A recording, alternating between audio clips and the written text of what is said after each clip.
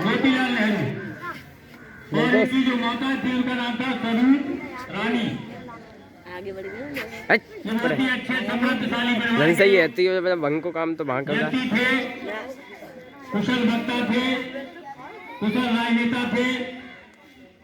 इनकी मृत्यु 27 मई 1964 में हुई। यानी 89 से लेकर के 64 तक इन्होंने 75 साल इस सेवा का कार्य। तभी तो तुम काट दो जल्दी। भारत में जो आजादी की लड़ाई लड़ी गई थी उसमें महात्मा गांधी के साथ पंडित जवाहरलाल नेहरू ने कंधे से कंधा लगा करके उस लड़ाई में पूरा सहयोग किया। जब हमारा देश सबको ले यार 1947 में अंग्रेजों की गुलामी तुम आओ ना लेंगे आजाद हुआ तो सबसे पहले प्रधानमंत्री का मौका जवाहरलाल नेहरू को दिया गया। उन्होंने अपने प्रधानमंत्री के काल में बहुत कुछ किया था बच्चों के लिए। उनका ये मानना था कि प्रत्येक बच्चे को शिक्षा मिलनी चाहिए। पंडित जवाहरलाल नेहरू ये मानते थे कि देश की नींव, इस देश की असली जड़ बच्चे हैं, देश का भविष्य बच्चे हैं।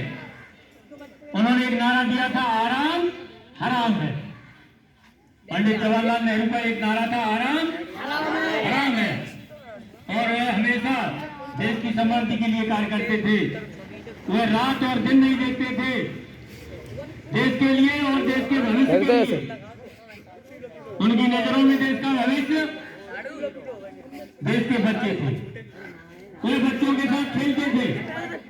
प्रधानमंत्री होते हुए भी, एक राजनेता होते हुए भी उनके पास समय कम था, लेकिन वह बच्चों के लिए समय निकालते थे और बच्चों के साथ खेलते भी थे। इसीलिए प्यार से बच्चे उन्हें चाचा नेहरू कहते थे। क्या कहते थे उन्हें? चाचा नेहरू। चाचा नेहरू के नाम से बच्चों को जानते थे बच्चे में। और बच्चों को वे समय समय पर गिफ्ट भी दिया करते थे, बच्चों को गिफ्ट बांटा करते थे। यानी कुल मिलाकर के चाचा नेहरू का सबसे ज्यादा जो प्रेम था वह बच्चों के साथ था। बच्चों के साथ उनका लगाव था। वह बच्चों को पूरे देश की नींव, पूरे देश की जड़, पूरे देश की समृद्धि या देश का भविष्य ये मानते थे केवल बच्चे हैं। अगर बच्चे हमारे आगे शिक्षित होंगे तो हमारा भारत आने वाले समय में समृद्ध होगा, ये मानना था जवाहरलाल नेहरू। जब हमारा देश आजाद हुआ था उस समय जवाहरलाल नेहरू जब प्रथम प्रधानमंत्री बने थे, देश तमाम तरह की समस्याओं से जूझ रहा था। उस समय 80% लोग अंगूठा छाप थे, पढ़े लिखे नहीं थे, पूरा देश शिक्षित नहीं था, शिक्षा का स्तर बहुत गिरा हुआ था। तो सबसे बड़ी समस्या थी नेहरू जी के सामने देश को चलाने की, देश को समझाने की। जो ज्यादातर 80% जो आबादी थी अशिक्षित थी, तो उन्होंने शिक्षा पर जोर दिया। उन्होंने तमाम शिक्षालय खोले। वह किसी भी जाति और धर्म के भेदभाव को नहीं मानते थे, वह सबके साथ समान व्यवहार करते थे। उस समय की जो अर्थव्यवस्था थी, जब 1947 में आजादी मिली, भारत की अर्थव्यवस्था बहुत गिरी हुई थी। यानी 100 में से 75 लोग कहाँ जा रहा के कगार पर थे। अन्न की बहुत कमी थी, क्योंकि जो जमीन थी उस समय उपजाऊ नहीं थी या आधुनिक तरह के कोई यंत्र नहीं थे। तो उस समय इन्होंने प्रधानमंत्री का पद संभाला जिस समय किसी तरह की कोई व्यवस्था नहीं थी। आज जो उनके बाद में प्रधानमंत्री बने, उनको सजा थाल मिला हुआ है, सजी हुई रोटी मिली हुई है, उसको बांटने की जरूरत पड़ी है न केवल।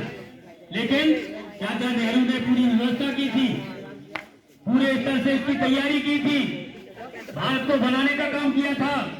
उस समय की इस तरह से मान लीजिए कि आप अगर किसी खेती का काम करने जाते हैं तो जिस तरह उन्हें खावड़ जमीन मिलती है, तो भारत उस समय उबड़ खावड़ की तरह था।